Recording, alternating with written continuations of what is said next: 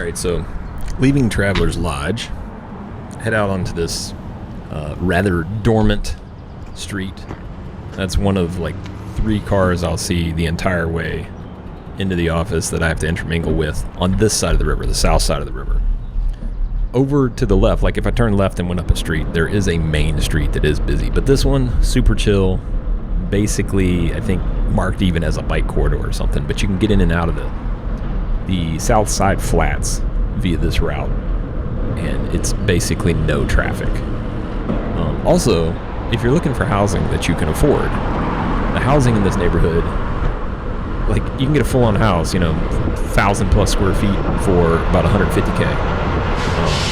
So if you're cool with living in row houses in old industrial neighborhoods, this is an epic neighborhood to live in. Lots of amenities, lots of walkability, gruff feel to it, but pretty awesome, pretty affordable. That above there, even though I didn't know it at the time, goes over to like an office complex with a bunch of other facilities, coffee shops, some other stuff like that. It's pretty cool. It has like a whole plaza upstairs there in an old industrial building.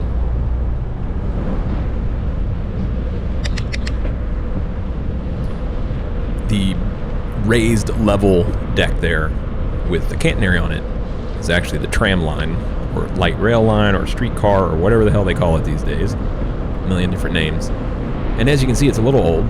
It's been there for 100 plus years, most likely. And it's still in service today.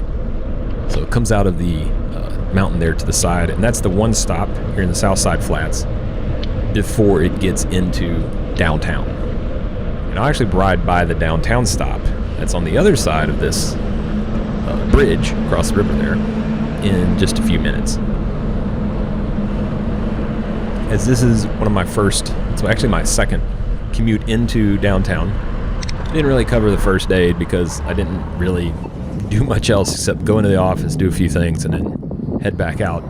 But I did record this second day activity because I was definitely a little bit more familiar with where I was going to go and what I was going to do. Anyway, this is going up onto the bridge from the south side flats. Over to the left is that train station that I pointed out in one of the previous episodes. And you can see the big buildings rising before us. And then there's that castle building, whatever it's called. And that weird black building over there. It looks almost like a block on top of a block. And every morning that I did go across the bridge, there were people walking across the bridge. So there's a slight bit of traffic, foot traffic across here. But mostly, there's a few people biking, a few people walking, and that was about it. And then the buses go across this bridge. Basically, everything from the south side flats area, plus whatever's over the hill, comes across this bridge along with whatever transit comes across the transit bridge, which is over there to the right. You can kind of see it from this angle.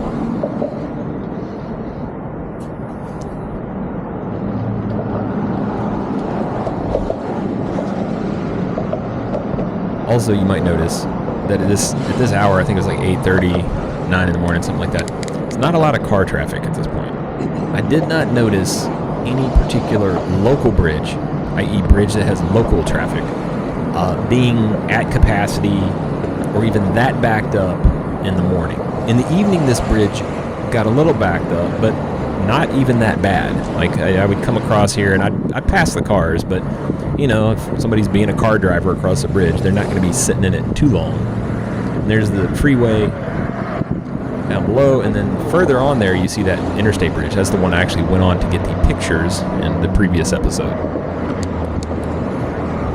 So from the south side flats, this is the main bikeway into and out of town. As you can see, there's some painted passageways, and then it's a little confusing though. I didn't know which way to go. I figured it out later that you go left right here, but I was like, I need to go straight into town, so I want to go to this coffee shop over toward the other tram station, so I need to go this way. So I kind of cut across, stopped on the sidewalk, made sure I wasn't obstructing traffic, and then I cut over this side and just continued into town.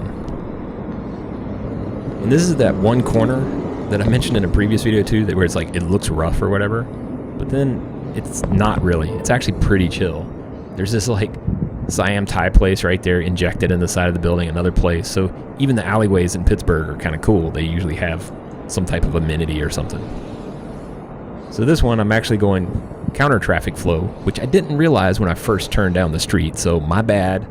But anyway, I did notice that you can get up this way and there's no real traffic. There's that one car coming, and then it cuts over here, and that's the fourth tent I've seen in Pittsburgh, just the fourth tent. But it cuts over here into like a bricked, literally brick in the roadbed intersection, like a weird 4/6 way intersection. And I cut across that and then went through this park, which I then realized also the police, like a police station and some other stuff is right over here. I didn't really notice that when I was going over here the first time either. But I go through this park, it's pretty nice, and then it just kind of dumps you out into this street that's like a local service street.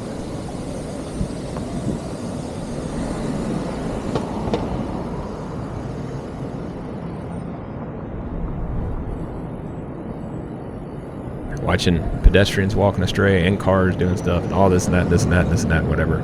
All the while trying not to get too much attention from the police officer, because you never want to draw attention to yourself when the police are around.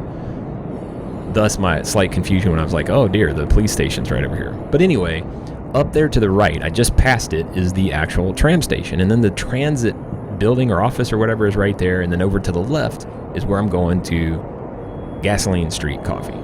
So it popped up, looked pretty cool, like it had an interesting interior, so I was going to go check it out and see what's up. I did think about it as I'm walking up. I'm like, oh man, I bet you $50 it's going to have nothing but police officers inside, because that's usually how things go near a police station.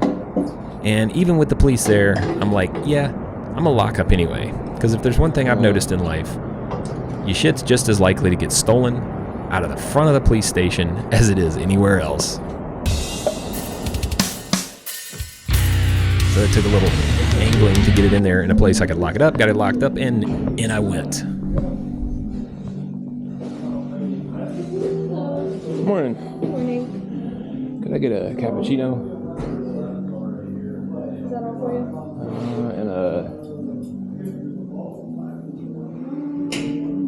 I'll take a pretzel. Do you want that toasted? No, that's all right. Okay, so that'll be 5 minutes. I'm going to have to see if there's some toast around there that to take out. All right. I'm going to be right here. Actually.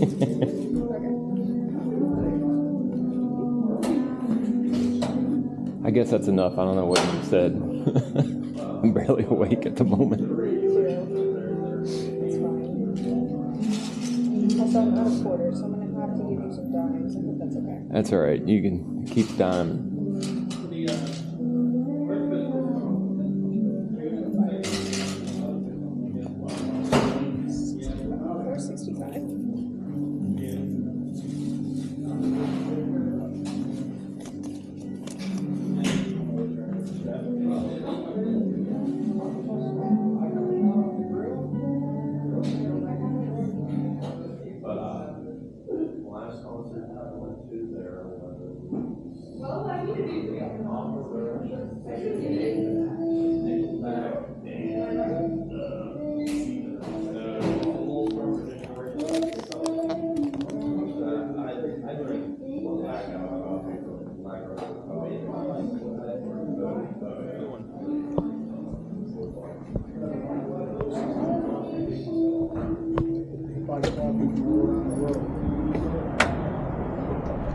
Today things kicking off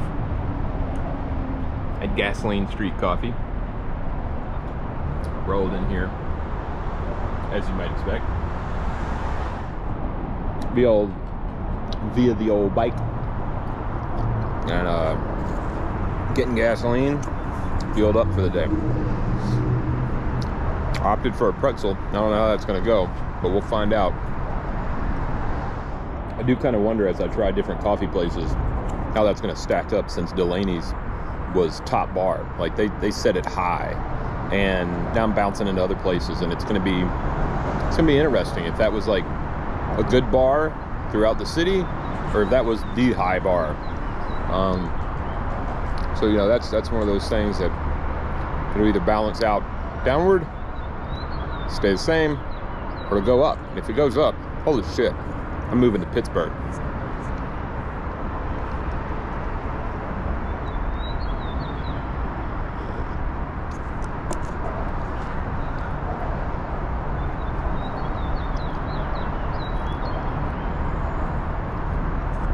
Well, so that was my first sip of gasoline coffee. And it's good, but it's definitely a harsh roast and dark.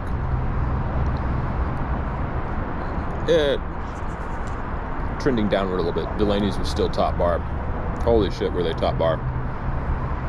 But this is not bad coffee by any means. Compared to a lot of places, this is excellent. But it's just a little gruff for my preferences. It's not balancing out just right. But got a lot more time to drink a lot more coffee, so maybe I'll give them a round 2 and see how it pans out. So on to day 2 in Pittsburgh, PA.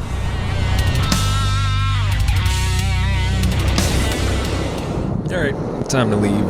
So, got my remnants of coffee and began to stroll down the ramp.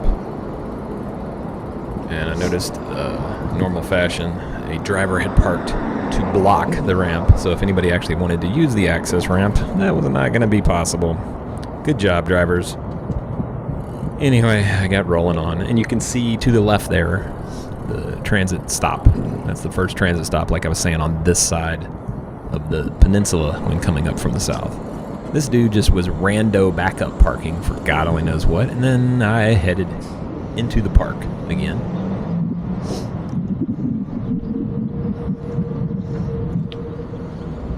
And as you can see, absolutely stunning weather the entire time I was in Pittsburgh. I know that's not exactly a representative. It has varied weather, but I got the absolutely stunning, clear, perfect, sunny, slightly cool weather, which I gotta say, zero complaints. It couldn't have been any better. It was one of the super red buses, the bright red, blast you in the eyeball buses.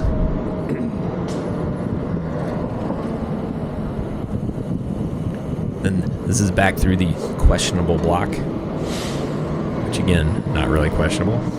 But then I just blasted down this street, which I had not been down yet, and headed toward the heart of downtown.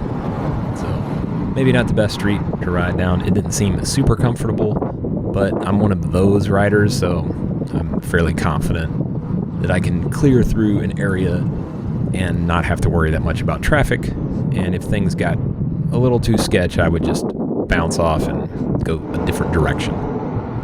But it stayed clear, and there was no traffic except that one car that you saw go by.